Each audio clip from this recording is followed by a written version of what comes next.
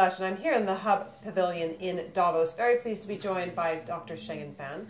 He's the Director General of the International Food Policy Research Institute and also the Chairman of the World Economic Forum's Global Agenda Council on Food Security. It's been a really big topic, food security, not just this Davos, but in previous years. Tell me what's worrying you now. Well, I'm worried that even right now, more than 870 million people still suffer from hunger. And more than 2 billion people suffer from lack of micronutrients, so lack of vitamin A, iron, and zinc in their food, in their diet. And that can cause permanent damage to people's mental and physical health, can cause huge economic loss as well.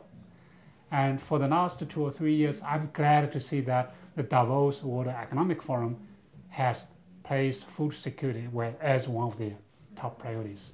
And particularly this year, 2013, we have several high-level events related to food and nutrition security. We all have to work together to tackle this global problem, global challenges. Where are the areas that what countries are you the most concerned about now? Well, firstly, obviously, Africa. Africa has the highest concentration of hungry and malnourished population.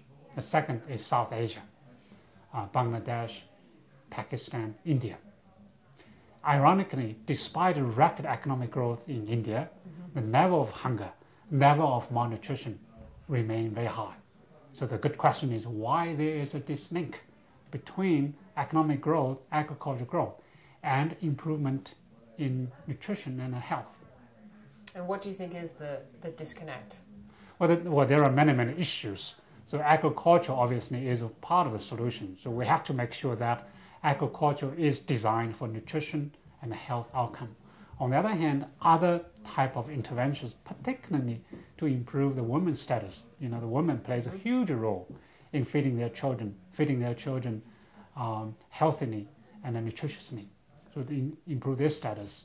And also improve infrastructure like water sanitation, rural roads, so they can have better access to markets, to information, to knowledge. So comprehensive approach is needed. However, we have to start from somewhere, setting the right priorities. How much do you think that political disarray, war, conflict in Africa is affecting the food security there? Very much so. In Africa, we have seen increasing connection or correlation between conflicts and malnutrition.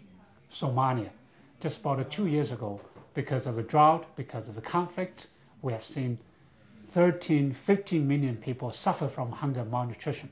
That's because of the conflict and the drought. Drought actually made the case even worse.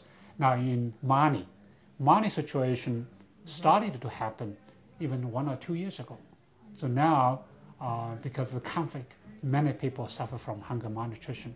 The DRC, the Democratic Republic of Congo, so many places where there are conflicts, the people suffer from hunger and malnutrition.